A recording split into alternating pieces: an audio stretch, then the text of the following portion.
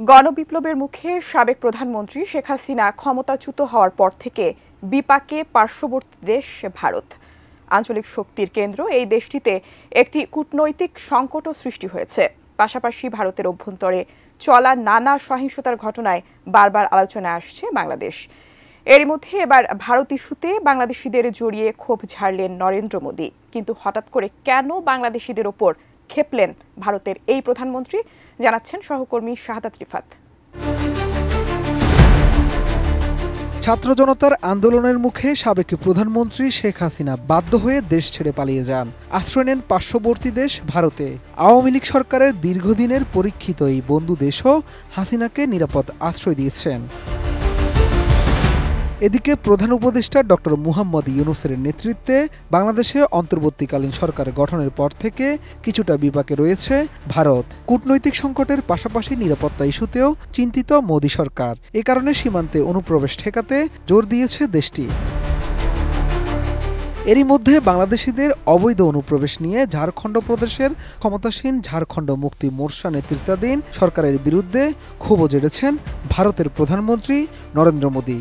রোববার ঝাড়খণ্ডের জামশেদপুরের গোপাল ময়দানে বিজেপির আয়োজিত সমাবেশে প্রধান অতিথির বক্তৃতায় জেএমএম মোর্চার তীব্র সমালোচনা করেন দেশটির প্রধান। बड़े बड़े षड्यंत्र, बड़ी बड़ी साजिशें, झूठ फैलाने की इतनी बड़ी मशीनरी, इतना बड़ा अफवाह का तंत्र। ভারতের পূর্বাঞ্চলীয় ওই রাজ্যের জনসংখ্যা বাংলাদেশে অনুপ্রবেশকারীরা বাড়িয়ে তুলেছে বলেও মন্তব্য করেন নরেন্দ্র মোদী। বলেন, ভোট ব্যাংকের রাজনীতির জন্য বাংলাদেশি ও রোহিঙ্গা অনুপ্রবেশে সমর্থন দিয়ে আসছে জেএমএম জোট। बांग्लादेशी और रोहिंग्या घुसपैठ बहुत बड़ा खतरा है। इस पूरे क्षेत्र की पहचान।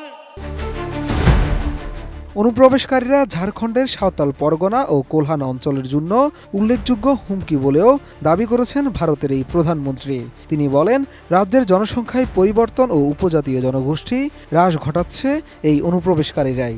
आदिवासियों की आबादी तेजी से कम हो रही है। यहाँ के लोगों की जमीनें দেশি পাকা টমেটো আর সিক্রেট রেসিপির কম্বিনেশনে তৈরি প্রাণ সসের বস। বিজেপির পরিবর্তন মহারেলিতে ভাষণ দেওয়ার সময় মোদী আরও বলেন, বাংলাদেশি ও রোহিঙ্গা অনুপ্রবেশকারীরা পঞ্চায়েতগুলোতে অবস্থান নিচ্ছে, জমি দখল করছে এবং নৃশংসতায় লিপ্ত হচ্ছে, যার কারণে ঝাড়খণ্ডের প্রত্যেক বাসিন্দাই অনিরাপদ বোধ করছেন। घुसपैठिए पंचायतों पर व्यवस्था पर कब्जा कर रहे हैं। बेटियों के साथ अत्याचार की वारदातें बढ़ रही है। নরেন্দ্র মোদী আরও অভিযোগ করেন, ঝাড়খণ্ড মুক্তি মোর্চা রাজ্যে অনুপ্রবেশকারীদের সমর্থন করায় প্রতিবেশী দেশ থেকে আসা অবৈধ অভিবাসীরা রাজ্যের ক্ষমতাসীন দলের উপর প্রভাব প্রতিষ্ঠা করতেও সক্ষম হচ্ছে। कि जेएमएम के लोग बांग्लादेशी और रोहिंग्या घुसपैठियों के साथ खड़े हैं। ভারতীয় এই প্রধানমন্ত্রী জেএমএম, আরজেডি এবং কংগ্রেসকে ঝাড়খণ্ডের সবচেয়ে বড় শত্রু বলেও দাবি করেন। এসব দল ক্ষমতার জন্য ক্ষুধার্ত এবং ভোট ব্যাংকের রাজনীতির সাথে জড়িত বলে অভিযোগ করেন মোদী। कांग्रेस का भूत घुस जाता है तो तुष्टीकरण ही उस दल का इकलौता एजेंडा बन जाता है। ঝাড়খণ্ডের ক্ষমতাসীন জেএমএম নেতৃত্বাধীন সরকারকে ক্ষমতাচ্যুত করার আহ্বান জানিয়ে নরেন্দ্র মোদী বলেন, জেএমএম নেতৃত্বাধীন সরকার কংগ্রেসের দুর্নীতির স্কুলে প্রশিক্ষণ নিয়েছে। তারা খনি, খনিজ সম্পদ এবং সেনাবাহিনীর জমি লুট করছে। और आप जानते हैं, इस देश की सबसे बेईमान और महाभ्रष्ट पार्टी एक ही है, कांग्रेस पार्टी।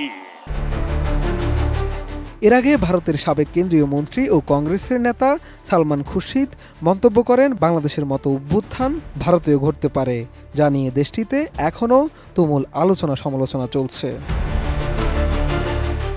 শাহাদাত রিফাত, এটিএন নিউজ, ঢাকা।